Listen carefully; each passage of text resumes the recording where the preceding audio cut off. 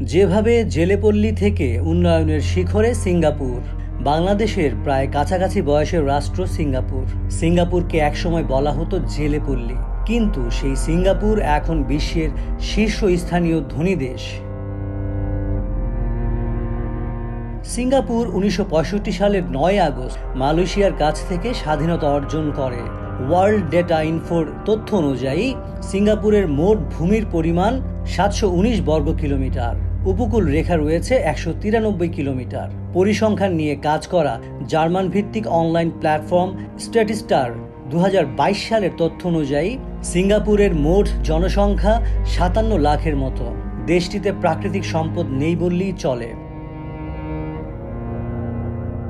এমন একটি দেশ ঠিক কোন তরিকায় জেলেপল্লী থেকে উন্নয়নের শিখরে আরোহণ করল?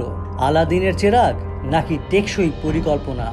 স্বাধীনতা অর্জনের 40 থেকে 50 বছরের মধ্যে সিঙ্গাপুর কিভাবে বিশ্বের প্রথম সারির ধনী দেশ হয়ে উঠল, সেই প্রশ্নের উত্তর খোঁজা যাক। বাণিজ্য কৌশলগত দিক দিয়ে বেশ সুবিধাজনক অবস্থানে রয়েছে সিঙ্গাপুর।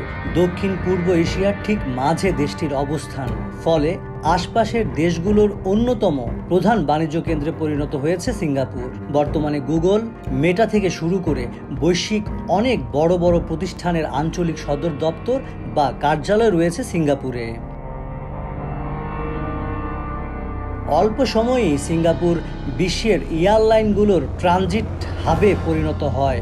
আকাশ পরিবহনের উপাত্ত বিশ্লেষণকারী প্রতিষ্ঠান OAG'র 2023 সালের জুলাইয়ের তথ্য মতে আন্তর্জাতিক ফ্লাইট ক্যাটাগরিতে সিঙ্গাপুরের চাঙ্গি বিমানবন্দরের অবস্থান বিশ্বে 7ম।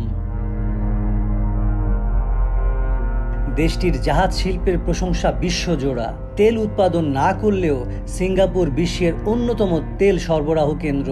2022 সালে দেশটির মোট দেশজ উৎপাদনে তেল শিল্পের অবদান ছিল 5%। এর সবই সম্ভব হয়েছে দেশটির সুশাসনের কারণে। সঙ্গে ছিল উন্নত প্রযুক্তি ভিত্তিক অবকাঠামো, দক্ষ শ্রমিকের প্রাপ্যতা, অনুকূল অভিবাসন আইন ও নতুন নতুন ব্যবসার সুপরিকল্পিত উদ্যোগের বাস্তবায়ন। বর্তমানে বিশ্বের প্রথম সারির একটি বিশ্ববিদ্যালয় ধরা হয় ন্যাশনাল ইউনিভার্সিটি অফ সিঙ্গাপুরকে। শুধু NUSE নয়, পুরো সিঙ্গাপুরের শিক্ষা ব্যবস্থাকেই অনন্য বলা যায়। আর এটি সম্ভব হয়েছে স্বাধীনতার পরপরই দেশটির শিক্ষা খাতকে ঢেলে সাজানোর মধ্য দিয়ে। তারা উদার শিক্ষাবৃত্তি নীতি গ্রহণ করে। সিঙ্গাপুরে দরিদ্র নাগরিক বলতে কিছু নেই, বরং সেখানে মিলিনিয়ার বিলিনিয়ারদের ছড়াছড়ি। HSBCর প্রতিবেদন অনুযায়ী 2030 সালের মধ্যে দেশটির প্রাপ্তবয়স্ক নাগরিকদের 30% বেশি হবে মিলিনিয়ার। 2022 সালের হিসাব অনুযায়ী দেশটিতে মাথাপিছু আয় 67,359 মার্কিন ডলার। আর এসব কিছু হয়েছে দেশটির সমুদ্র বন্দর, বিমানবন্দর সহ সংশ্লিষ্ট অবকাঠামো উন্নয়নের দিকে নজর দেওয়ার মধ্য দিয়ে। বিশ্বের সবচেয়ে কঠোরতম মাদক বিরোধী আইন রয়েছে সিঙ্গাপুরে।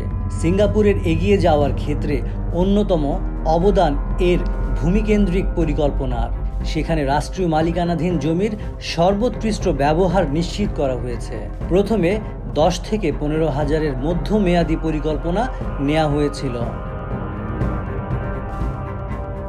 সিঙ্গাপুরের সবচেয়ে বড় দলটি হল পিপলস অ্যাকশন পার্টি, PAP। দলটি টানা 64 বছর ধরে টানা ক্ষমতায় থেকে সুশৃঙ্খল ও স্থিতিশীল শাসনের মাধ্যমে সিঙ্গাপুরকে তৃতীয় থেকে প্রথম বিশ্বে নিয়ে যান। বিশ্ববাসীর কাছে এক মডেলের নাম সিঙ্গাপুর।